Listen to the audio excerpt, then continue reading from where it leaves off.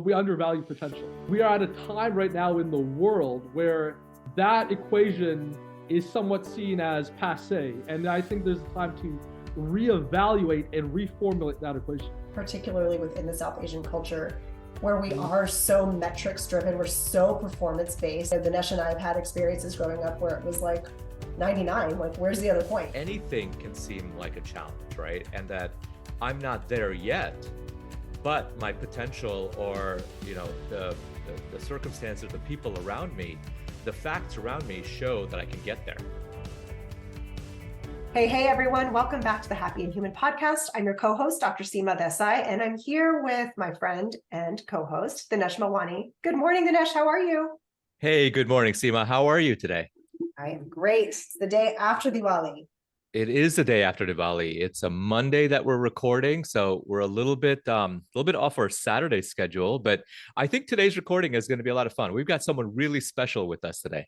Who do we have? Well, we've got a gentleman that lives in London right now. He grew up in Canada. He's a LL.B graduate, and for the non-lawyers in the group, he's a English legal graduate as opposed to a JD in America. And we met in Canada in 2019. He's an international speaker. He's a two-time author. His books are fantastic. His first book, The Curveball, which I've got right here, is a fantastic read. It is a must-read, a novel that uses sports to talk about grit and adversity. Second book is coming out, or is out. And so we've got Colby Sharma. Let's welcome everyone, Colby Sharma, to the Happy and Human podcast. Hey, Colby, how are you? Dinesh, how are you? Great to be here. Seema, great to meet you as well. Thank you guys for the opportunity. We're so excited to have you. So excited. It's Colby. You are our second international guest. All of our other guests, I believe, have been in the US, and you are truly a world of many travels. So we're honored that you're here on the show, and we're looking forward to an amazing conversation. Oh, thank you. Likewise. Great to be here with you guys. Awesome. So, Colby, for those of our listeners who haven't read your book or they're new to who Colby Sharma is, can you share a little bit about you and all the things that led you to where you are right now? 100%. So I'm born on the east coast of Canada in a city called Halifax. Spent my life born and raised in Toronto. I went to my first couple of years of university 2 hours away from Toronto. Then I had the great opportunity to begin my legal studies in the Caribbean. That experience led me to finish my legal studies in Liverpool, England. And part of the reason that I live in the UK is I have many, many strong family ties in the UK. I have a lot of family, a lot of friends here, I worked here in Birmingham, England. But really, the essence of why I decided to pursue writing and wrote the book, The Curveball, was when I was a teenager, I had a learning challenge. That was my curveball moment. That was my life's adversities. That was a battle that I had to face and would profoundly affect the arc of my life. And that experience allowed me to write a book called The Curveball, which is about becoming more resilient, dealing with life's inevitable adversities. Like, we all go through challenges. So really the book is about how to live life on life's terms in a way that is proactive as opposed to reactive. Colby, I gotta push in a little bit. When you were describing there, I sensed that I can see you on Zoom right here, right? So I sensed a lot of deliberate intention behind the word you chose when you said learning challenge. Tell us a little bit about that. Well, I think we're in a good place right now. We've come through 3 years of pandemic. We have so much more emphasis and interest on and research about, learning challenges. And I think we have to reframe disability in a way that is positive and not stigmatizing. So I would frame it as, do not diss my innate ability, because people have innate abilities that they're too often subsumed and they are stigmatized and they're not given the freedom to express themselves, which is a great detriment to the wealth they have to share with so many people. We look at people and we don't know that they might have had something, but they're too scared to talk about it, or they're not open to talk about it. And I wanted to just share my own personal experience with it and how I can help people through my work and going through curveballs in their own lives. And I wanted to just be a small part of a bigger story. That's really inspirational, especially coming from, I think of the broader culture of humans in general, any divergence from what is typical can often be stigmatized. But I feel, at least, particularly within the South Asian culture, where we are so metrics driven, we're so performance based on, I mean, I don't know if this was your experience, but I know Dinesh and I have had experiences growing up where it was like 99, like where's the other point, and Yes. and Yeah. when we rooted in the best of intentions, right? We all want our children and our family and our peers, our colleagues, we all want to do well. We ourselves want to do well. And so it makes sense that that's the thought process. However, I love that you're highlighting the opportunity for growth we have within our culture to become more open to different perspectives and different types of innate genius that we have. Yes. Yeah, absolutely. I think, it's a culture that stresses, perfectionism. It stresses, if you haven't gone the other mile, have you lacked something? And I think it's not so much that we lack something, it's about, putting ourselves in an environment that stresses, that allows us to bring out our potentials, that stresses our gifts, that enables us to flourish authentically and in a way that promotes us in our whole light, as opposed to the shadow maybe cast by someone else. One of the experience that I've had when I was working in a law firm, and that's not so much to do with South Asian per se, but it's to do with potential and not being allowed to really truly flourish. So I brought a client into the firm on my third day on the job, and I had my managing partner really not acknowledge that achievement for what it truly was. And I share this in my talks, and it's about, we look at things glass half full, but I think it's a profession that sometimes over stresses experience as off as a potential. We overvalue experience, take off the box, but we undervalue potential. And I think we are at a time right now in the world where that equation is somewhat seen as passe. And I think there's a time to reevaluate and reformulate that equation. Yeah, I feel like that what you just said right there, hit it on the head in terms of experience over potential, and that you see this all the time. Again, culturally, right? We dada dadi, nana nani, you value them and you do what they say because they're your grandparents or your parents, right? You unquestioningly, that's kind of the paradigm that at least I grew up with. I know that's a shared experience for many of us. And so that it's simply because I said so, because I've lived 75 years and you've lived 25 years, right? So that I think that translates quite aptly, if you will. I think what we're trying to discover is that the roots behind that projection and that languaging and how you carry yourself like that covers ancient trauma. So that's a traumatic response that you don't know how to share something maybe eloquently that encourages, that creates bridges as opposed to barriers. And then you wonder why maybe 30 years after, oh, he's resulted to some kind of external medication or some external dopamine consumption to numb that wound. And I think, returning to the message in the curveball, there's a perfect time in the world right now to shed outer perfection and embrace inner reflection. And part of going through curveballs, part of being seen as an underdog, the new book that's out, is exactly that.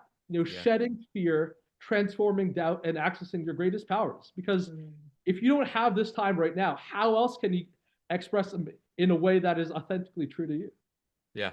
And I think you're so natural at the things you talk about in your book, and even going back to using the word challenge. Like what I took from that was a perceptual shift in everyone in the room, basically, of taking something which you would call a disability, which I'm just stuck with this, that's my lot in life, I can't do anything about it. Hmm. And when you said the word challenge, I really felt that people like challenges. It's a Yeah, great thing to see what you're made of. Like, hey, am I up to this challenge? yeah. And I'm still sort of like maybe 10 minutes in the past compared to where the conversation has gone, because I think that's such a good empowerment language tutorial that you just gave us, in that anything can seem like a challenge, right? And that I'm not there yet, but my potential, or the circumstances, the people around me, the facts around me show that I can get there. I think as humans, like, we are built to grow. We have a need to want to progress. So if you look at it from an archetypical sense, we want to do better than people that have come before us. Mm-hmm. If you look at Maslow's hierarchy of needs, we have a need for self advancement. We have a need for self discovery and self improvement. So I think challenges. You're right, absolutely right. It's a very apt crystallization for this moment in our world after 3 years of pandemic, of closures that have had debilitating effects on us mentally, Mm-hmm. psychosocially, Yep. spiritually as well. Mm-hmm. I think this is a perfect moment to allow people to really express themselves for who they truly are. Yeah, I love that. And you've mentioned this at least twice now, authentically rising to the challenge. And what I wanted to ask about actually was a special request from my daughter Mansi, who's 9 years old. And so the story here is that we were going out of town this weekend, and as I was preparing for our conversation today, my husband and I were listening to your podcast, Lead on Purpose, your podcast episode, and you mentioned the mask. Yes. So Monsi, we thought she wasn't listening. She had her little book open, and she said very quietly, "That should be your podcast episode. Can you ask Colby Uncle to talk about the mask?" So since we talked about authenticity here briefly as we rise to challenges, Colby Uncle, can you share for Monsi a little bit more about the mask and what that means?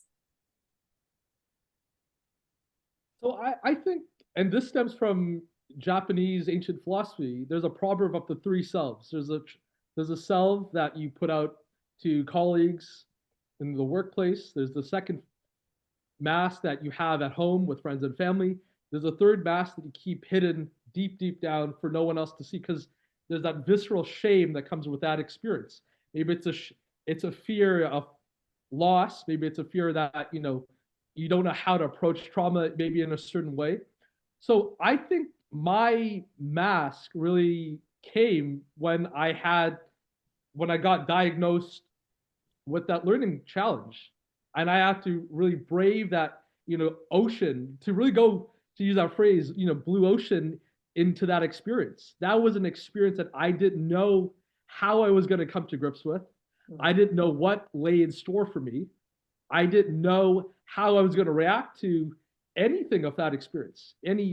But I had to only, embrace the fear, embrace the unknown. I love former Secretary Rumsfeld formulation of there's known unknowns and there's unknown unknowns. I could not have predicted that. So it was an unknown unknown, but I had to shed the ego. I had to strip away fear. And I think often we take fear as debilitation, fear as I'm only stuck in this sense of permanence. But no, it's a perception that is the permanence. What's the reality is to be discovered. So I did those things, and that experience profoundly changed my life. I learned principles of neuroplasticity in real time because that program enforced neuroplasticity. I met my best friend. I'm very grateful to do this work because of that experience. So that was the mask that I had, and that was the mask that I was forced to come to grip with myself.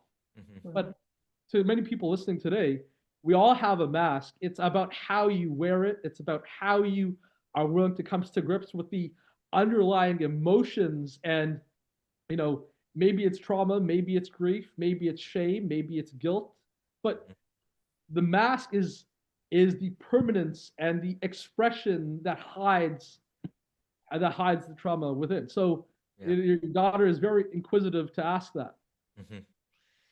Yeah, what she loved about it was the equating the who you are when no one's looking. I think that that really resonated with her.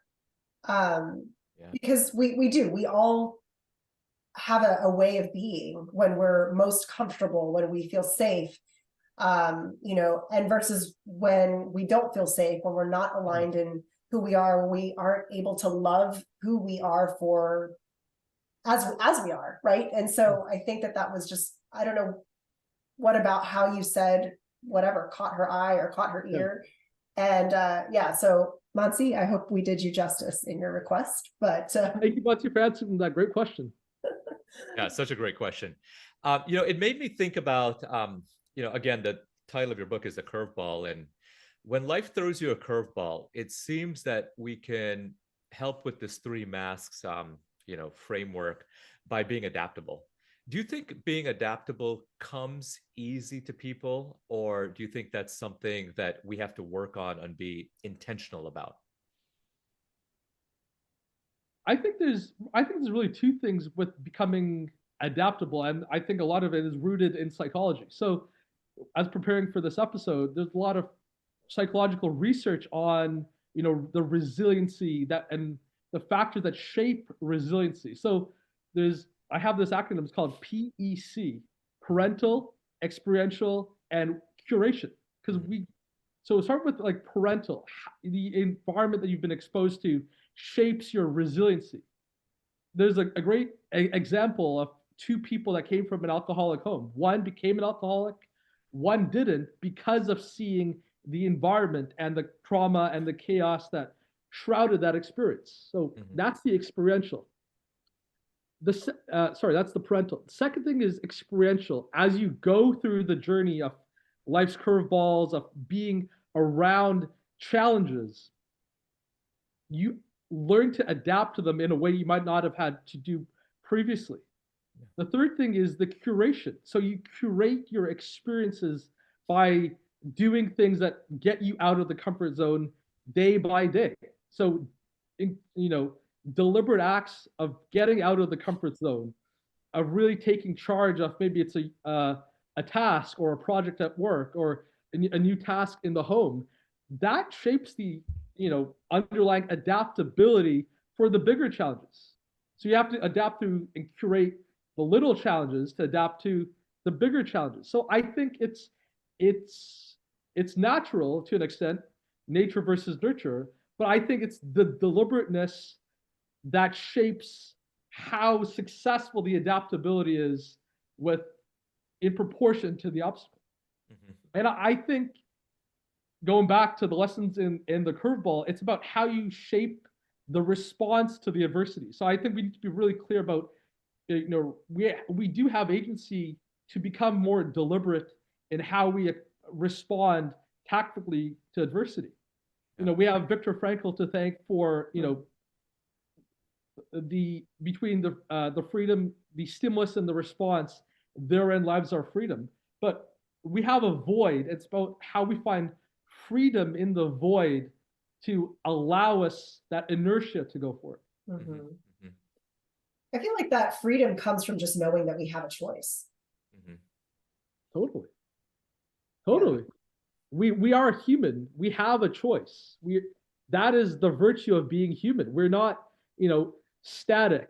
I love the word and the concept, homeostasis, because that is, as humans, we have a choice to grow, but also as humans, that's a funny paradox. We have a desire to remain static because of fear of the unknown, because of maybe fear of growth and how growth will be seen. But so we have an equilibrium that we have to remain intact, much like we want our homes to be perfect, much like we want our businesses to be perfect, the project to be perfect, or a sense of perfection. Yeah. But I love what I found in the research, the concept of allostasis, which is the net pressure on the organism to adapt to change. So I think you have homeostasis and allostasis. And I found that very interesting as a paradox of human life in professionally and personally. What would you say? And I've observed this, let's say someone is going down a path, whatever that path might be, a career path or a relationship path or anything, and there's some adversity. And they know that they can overcome that adversity, but they're doing this cost benefit analysis in their head. Is it worth it for me to dedicate my life? What is the opportunity cost? Should I quit what I'm doing? And they might, try a couple of times and decide, yeah, I know it's possible, but it's not going to be worth my effort. So I'm going to pivot.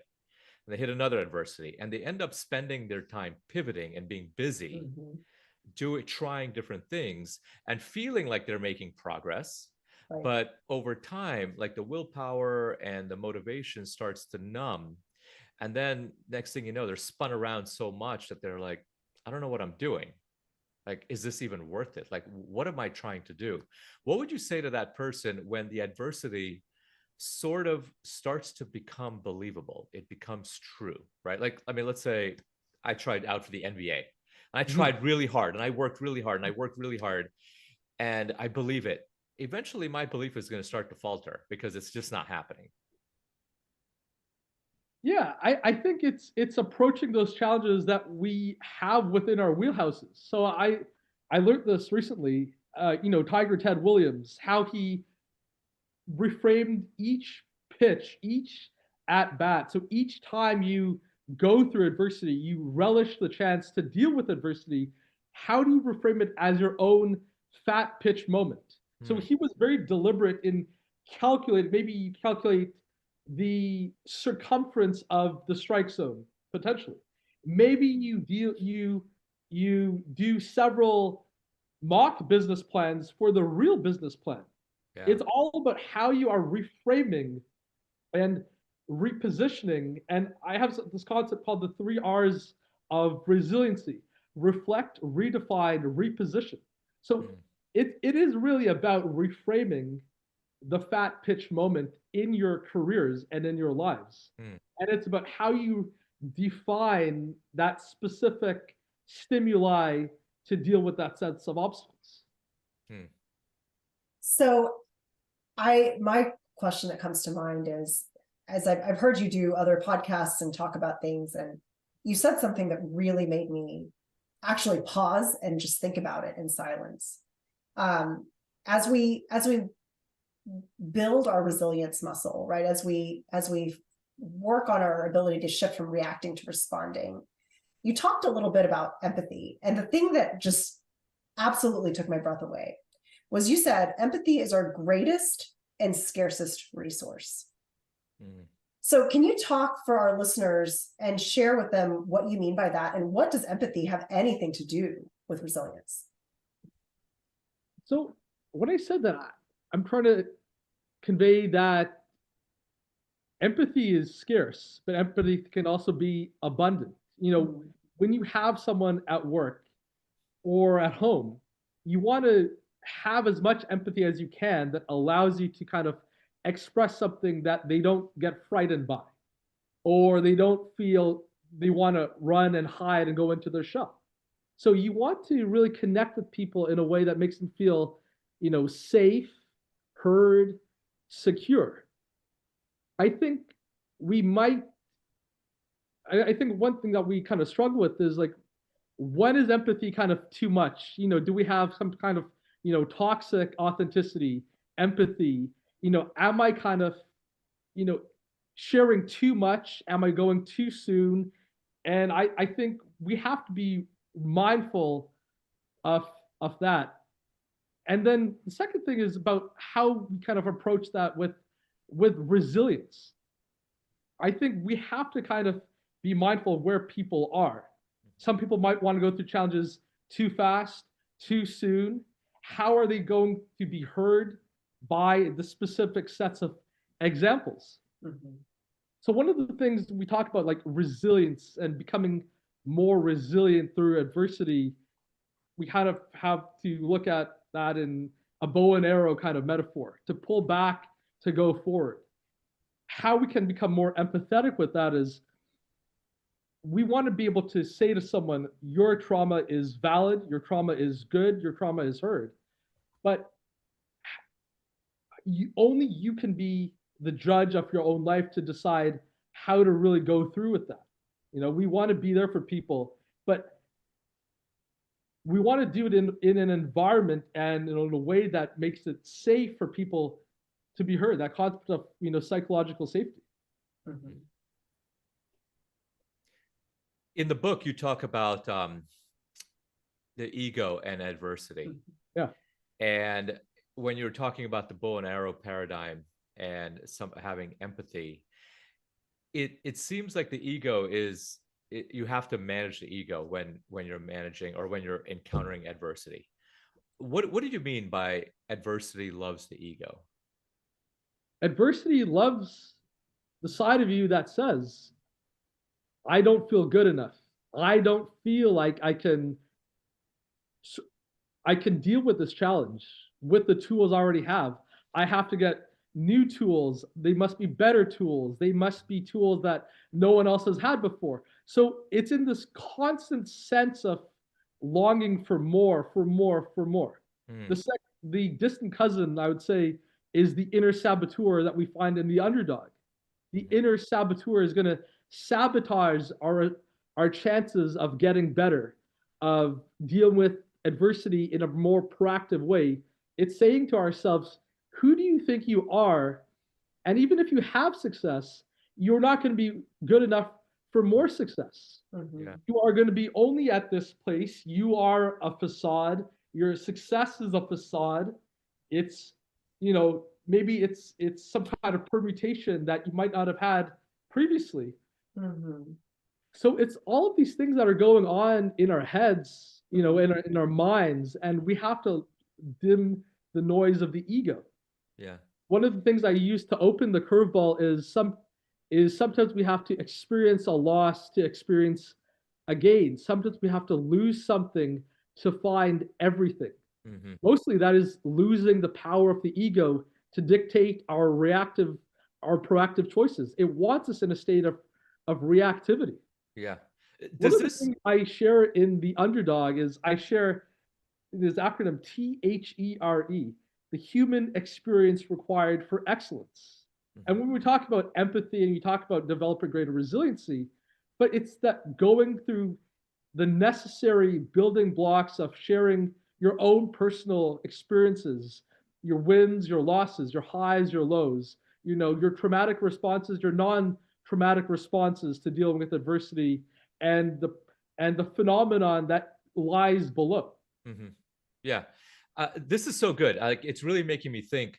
And I'm wondering if this is, a close relative or the other side of the coin to that internal self-defense mechanism we have, where, just to put it in terms of a practical analogy, I'm playing golf and I'm convinced that it's not me, it's the golf clubs. And I've got to have the latest and greatest Callaway set because that's going to improve my game. Or another, example is I've tried CrossFit, I've tried Orange Theory, I'm now trying keto, and I'm convinced that the next thing is going to be, or the thing that solves my problem, and it was a previous thing's fault, but realizing that my ego is trying to protect me. Would you say that those two are related? I would say so.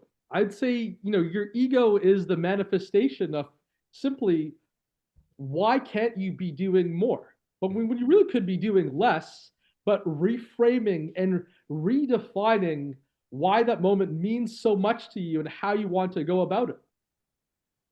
And going back to the fat pitch concept, so little swings and fat pitches. Mm-hmm. But the fat pitch concept is I am on hole number one, where or hole 18. But there's this moment in time that I have to be really cognizant of what I do with it.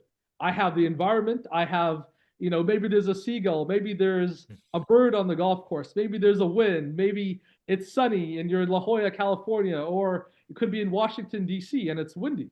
Yeah. Those are the phenomena you have no control over. What you have control over is what is your fat pitch, how you're going to recalculate and reformulate and redefine your choice at that moment, and how hard and the inertia with which you swing it at. I share in the Curveball about rituals. It's not so much we have to gain new rituals, although that would be great. It's sometimes remembering old rituals and telling our subconscious, I faced adversity before, I can go through adversity again. And here's how I'm going to do that. And you go through that path. I love that you talk about it in terms of rituals and not routines, because I think that neuro-linguistic programming, the words we choose, are so important, much like we take away disability and we use challenge and all of those things. It has great power. So I love that. So I actually had a question as I was hearing you talk about the ego falling away, and like my inner spiritual junkie is just lighting up inside. The question I often faced when I started this work was, okay,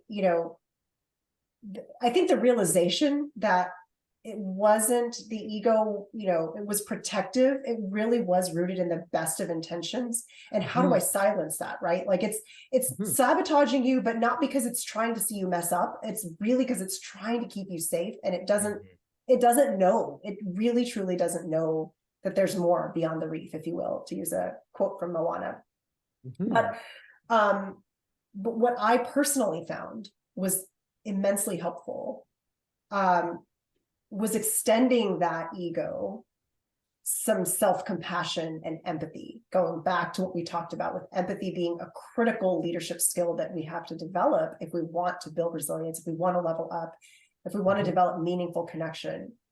And I'm curious, that self-compassion was really, really helpful for me.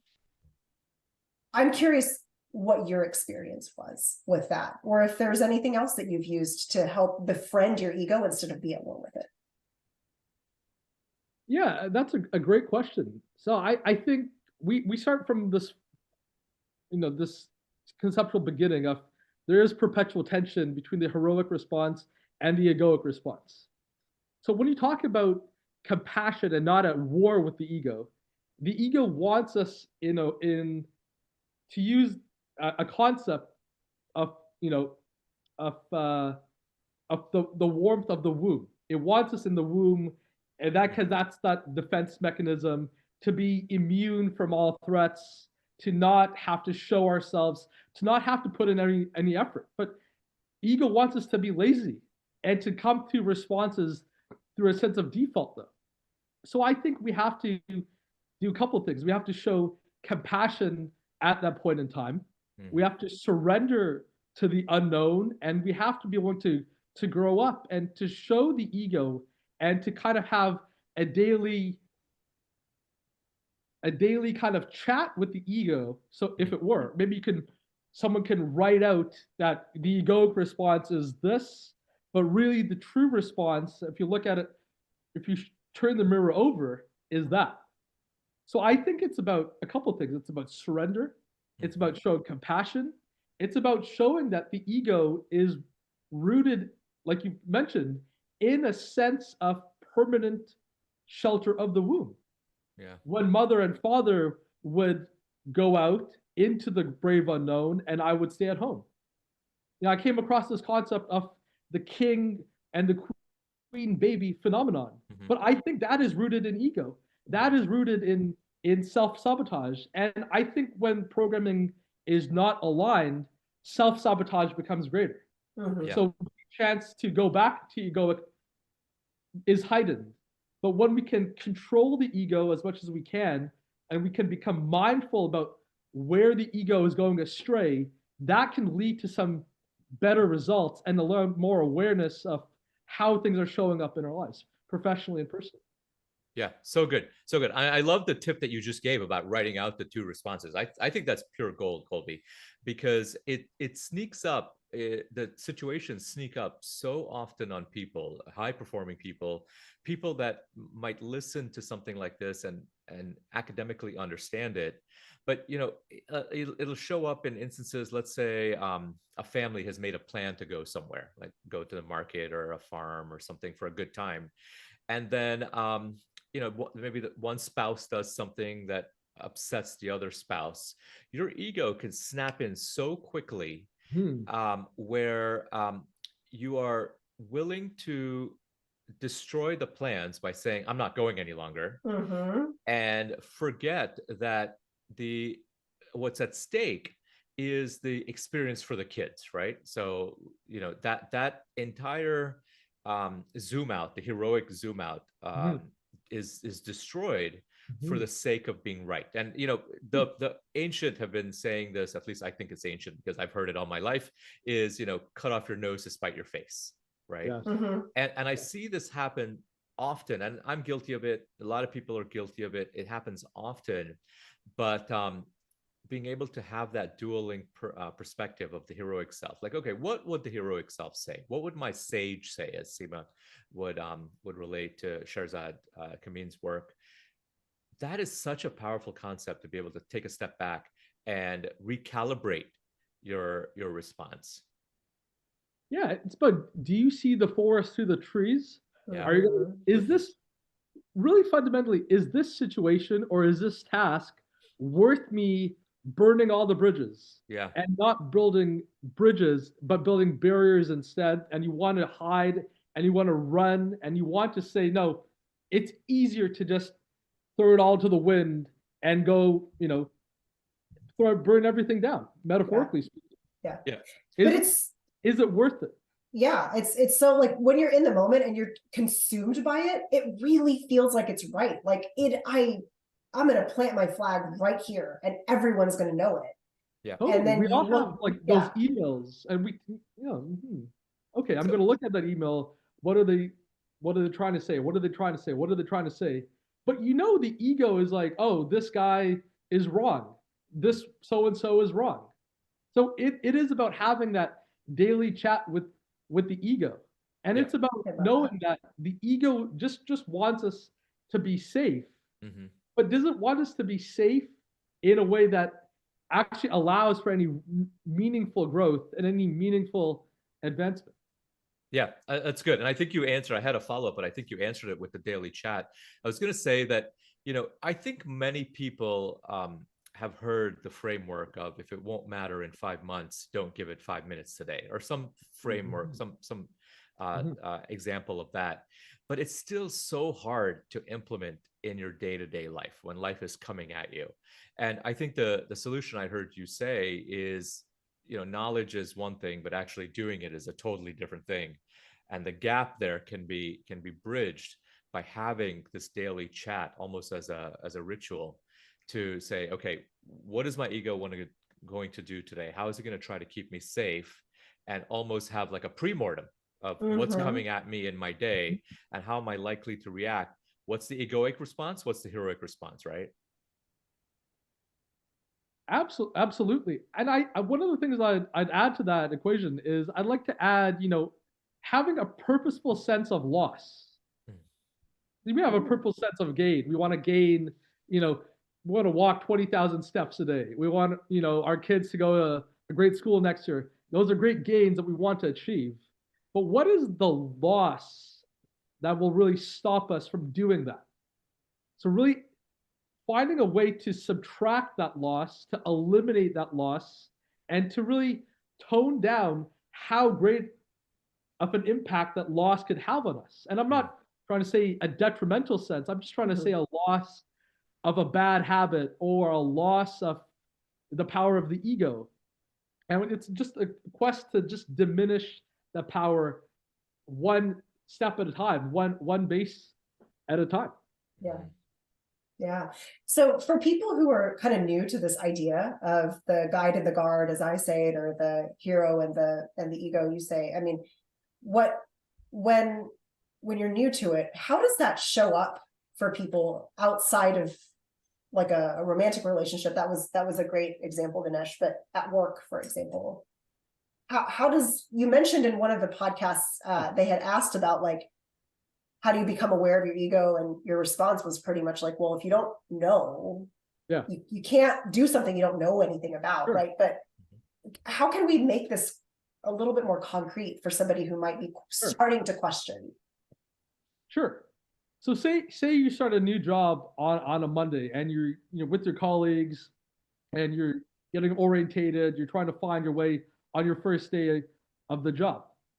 And someone says, tell me about, your experiences that led you to this position. And I think when we talk about like empathy in the workplace, this leads into it as well.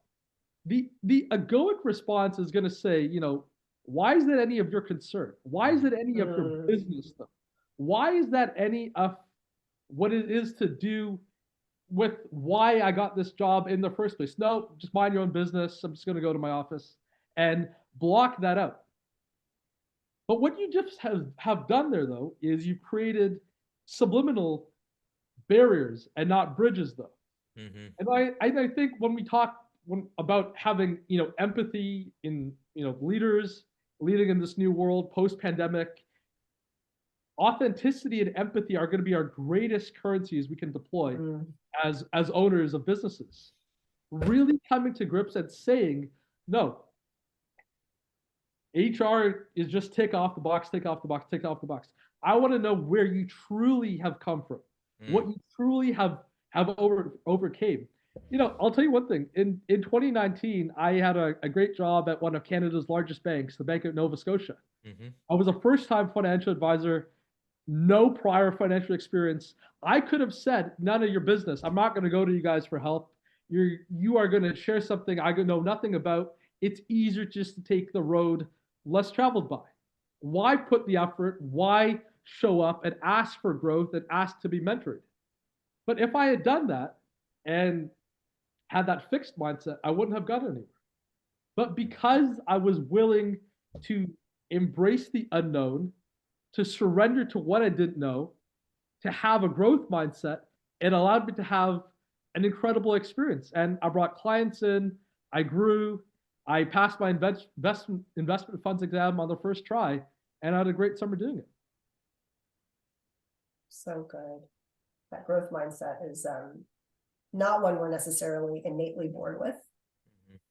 Yeah, it's true. We're not, but it's about I think recognizing that all of these responses and the manifestations behind the responses are trauma. They are trauma led. In a relationship, I learned this concept called the trauma bond. You have a bond. Say the one person is unhealthy in a relationship. There is a trauma bond because what that person provides is exciting, or they are into copious amounts of dopamine consumption. But there is a trauma bond because they want frivolity, they want to be out, and you want to conserve your energy. But there's a trauma bond because we like that. We want people that show us, fanciful things, but that is just pink cloud thinking, talking. So we have to know that trauma is this bat that encompasses everything in its wings, and we can either subsume and hide and go in, or we can unearth and discover and build better bridges. Yeah. I was what you were sharing there brought me back to Brendan Burchard was in Austin, which is where I live, a few weeks ago in September, and he does these like breakouts and things, and there's so many people in one room, and if you kind of listened, like the whole idea was you share your story and then do the exercise that he wants you to do. And I started to kind of tune into other people's conversations, and everybody was saying something along the lines of, I've had trauma, right? Like this thing happened to me, or this is something I experienced. And we say it, and I'm guilty of it. We say it as if like maybe we're the only people in the world who have experienced such an experience. And then you start to look around and you're like, wait, I have trauma. You have trauma. You have trauma. My grandparents have trauma. Their grandparents had trauma. So when we start to, I guess that's sort of where the ego comes to play too, is like, well, nobody can understand it because you don't know what I'm talking about. Nobody's lived my life. Yeah. The ego thrives in singularity as opposed to plurality. Mm-hmm. It wants us alone, and it wants us, in a dark spot. You are left to your own devices, but how you choose to channel those and what you choose to take away from that is gonna be defining. Yeah. And I think, so much when we get to the topical aspects of the books, because I've been asked about the topical nature of the curveball and the underdog. I think when you have, 3 years of, enforced trauma and scarcity, and if you look at how fear has risen in the last 3.5 years to such a degree, we haven't had so much fear of the workplace, fear of the office, fear of connecting, fear of I might be not be good as, fear of, just putting in the effort to really cultivate that relationship or to embrace that new colleague or to embrace that project. It's scary. But maybe, this is someone's moment to say, this is a curveball moment. Maybe it's getting sober. Maybe it's triumphing over the most minuscule of adversities, but for someone, their maximum. Maybe it's showing up in a different light, in a conscious way. Maybe it's embracing, an unknown or a fear that you might not have had to conquer, but you just choose to do it anyway. It's going to lead to so many more multiples of advancement for you personally and professionally. Colby, you said that the ego wants us to be solitary and be sort of in the darkness by ourselves. How can we, counteract that by enlisting the people around us and not make it sort of me against the world all the time, right? And I think I heard you say before that adversity is a team sport, right? What are some tips, or how would you say we go about to making it more of a team sport and less that it's my back against the wall and it's my cross to bear? It's really having a team around you that knows what you're going through. Kobe Bryant enlisted Tim Grover because of what Michael Jordan went through. They had the same routines, the same formulae because of what Michael Jordan went through. So that prepared Kobe to do what he did. So it's really having a team around you that knows you, that knows your strengths, that knows your weaknesses, but is also going to let you thrive in an unknown situation. Go back to the curveball and the story in the locker room near the end of the book, and the guy comes in. He's like, I was in your position once before. But it's really having like mentors and really people you look up to that have kind of walked where you've walked and are walking. Even when I had that moment, I went to that special school, I had that learning challenge, I learned differently. I'm like, okay, but I still made a point to go see someone who diagnosed me, who said, I see your strengths, I see your weaknesses, but here's how we're going to turn that into what's going to shape the trajectory of your life. And because I went to that person, because I was willing to put in the hours, put in the time and the repetitions to grow and change my brain and change my attitude in a certain way, it led me to success after that. Yeah. Yeah. So good. Because I think the ego, it's again, you're kind of swimming upstream in that it will tell you you should be able to figure this out on your own. You should be able to, you shouldn't need anyone. Yeah. And the reality is, we're built for connection. We're built to thrive together. And so I love that. We don't hunt in a tribe one lion. No, you hunt as a pack. Yeah. Yeah. That's good. Yeah. I like that. Yeah. And I think just topically, South Asians, we had Diwali yesterday. Yeah. Triumphing over ignorance, triumphing over, that shadow, if it will, maybe not evil, but that shadow. And we can either let that shadow permeate the trajectory of our lives, or we can kind of dissipate that shadow and kick it to one side. I love that. Absolutely. So good. So you have Curveball that's out, and it's a bestseller, such a great story. And now you have The Underdog, which is out already. Tell us a little bit about it. So The Underdog is a book really for this time in the world. I really believe we are underdogs as we are building back our businesses professionally, psychosocially, personally. We do feel like underdogs at this moment, and we do have our backs up against that metaphorical wall. I also think we're underdogs because I think there's a time that's right now where we have to reevaluate what it means to be an underdog. It's not that rags to riches tale we've been given, but we are underdogs when we are dealt forcefully with the unknown. Mm-hmm. When we have lost a job, maybe it's we've gone through something messy in our personal lives. We are underdogs at that moment in time. So those are two kind of reasons why I called the book The Underdog. Mm-hmm. But I think it's perfect for this time in the world when we are rebuilding. We're coming to grips with, what could be, because there's no way we're going to go back to 2019, but we have to deal with this world as we find it right now. Yeah. And the ego will tell us we're the underdog, even when we're not necessarily the underdog. Right. Absolutely. But it's about how to reformulate that as a great, badge of pride to be an underdog. It's not so much, the Rudies of the world. I love that movie. Or Super Bowl game, Patriots and Giants. But it's about that everyday concept of being an underdog. You can be an underdog when you have a task that you don't know how to do, or a situation you don't know how to embrace. The book will really help you with insights around that. Yeah, so good. And it's a good story too. So good. Do you use another sports analogy in that? I know the curveball is all about baseball. Okay. So, that's the thing. So I called the book The Curveball because I played baseball as a teenager. Yeah.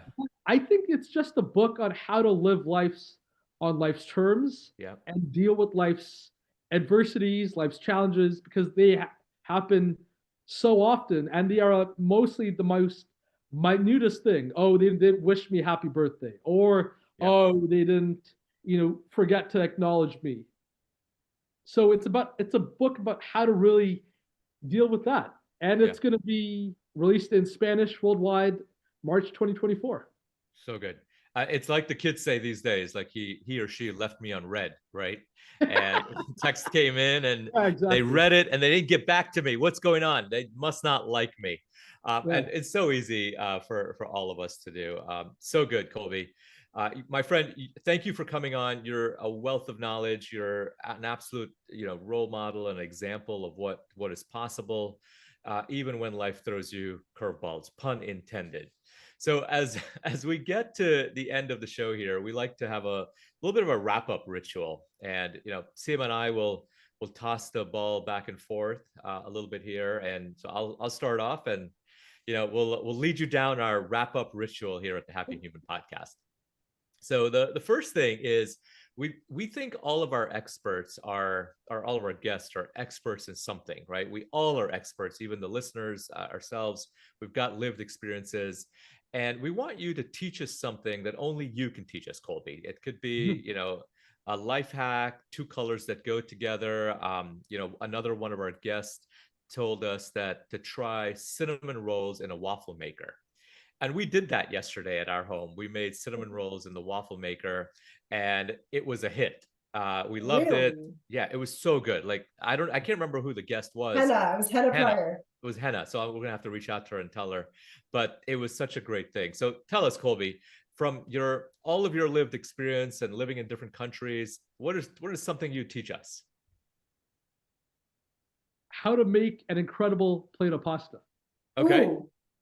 I'm still working on it, but I've really got deep into this recipe on pasta alla gricia, which is a Roman dish, and it's simple ingredients, but you really cook the pasta in the sauce, so the cheese reforms the core of the sauce. Oh, wow. I've just been working on that. Like, I love a great plate of pasta. Yeah. So, yeah. Good stuff. Interesting. So good. I'm hungry now. Yeah, exactly. Yeah. It's morning for you guys. Hungry. Yeah. Yeah. Hungry. And you took me right back to like walking around eating gelato in Rome just a few months ago. So Nothing like it. oh man, that was good. So at the end of the show, we have this tradition of asking a question forward. Basically, the last guest has left a question for you without knowing who you are, and we'll ask it of you, and then you get to do the same. You get to toss the question forward, a question forward for the next guest. How's that sound? Sounds great. Okay, so Kunal of K Mac Fitness asked the question: what is a truth that almost no one will agree with you on? No one in the world would agree with me on. Hmm. Gosh, that's hard.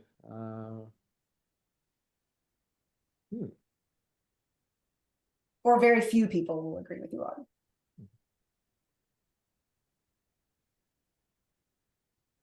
That there could be a depression in our very near future. Hmm. You mean like an economic depression? Yes. That's yeah, I think that's been on the minds of everyone since like the economic realities of COVID, right? Yeah. And where things have gone since then in the last year and a half, 2 years. Yeah. Yeah. Really good. Really good. So you're going to get to ask our next guest. We don't know who it is, but you get a chance to toss a question forward. And just like we did with you, we'll ask him live on the show. Okay. What would you like to ask our future, yet to be determined guest? What was one experience that was a loss that you would want to have seen again as a gain or think as a gain? To reframe as a gain, right? To see as a gain. That's a good question. That's a great question. All right. I can't wait to see who our next guest is and who gets that question, because it's a thinker. Yeah. Well, thanks for playing that. But we also have another tradition at Happy Human. We believe generosity is the key to success, not only for ourselves, but we believe in, lifting each other as we climb. And, we want to help out in any way that we can. In that spirit, is there a cause or a nonprofit organization that you'd like us to make a small contribution to, and why? 100%. One of them, it's a UK charity called Mind, and they're doing some great work around like kids, mental health, in a way that provides services for every kid going through something right now, especially at this time. So good. Thanks for sharing. Yeah, we love hearing about new organizations. I hadn't heard about that one. Yeah. I will add, predominantly all of our guests have shared organizations that are children focused. I think that might be a clue for where we think our best work lies in this world as a race. Right. Well, I mean, when you look at the effects that have transpired, it's a no-brainer. I mean, they've faced so many obstacles, playtime cut short. Yeah. Parks closed down. No sports, etc., etc. So that's a great gap. And I think to kind of maybe bridge that shortfall, we have to have cuts in these services. Yeah, I totally agree. Colby, thank you so much for coming on. Take a moment, tell our audience where they can find you, what's coming up for you, what are you excited about? I know I just saw, I think on LinkedIn, that you're headed to India to speak soon. Yes. So tell people where they can connect with you. So I'm really passionate about growing my speaking. So I'd love to maybe speak to more organizations in the States, corporate audiences in the States, because I can really provide some great value to the younger, more junior employees. People can connect with me on LinkedIn, Colby Sharma, Colby Sharma, Instagram, Colby Sharma Official. For my speaking and to inquire about my speaking, just send me a message on LinkedIn. You can get the Curveball on Amazon.com, and stay tuned for its release in Spanish worldwide, March 2024, which I'm really excited about.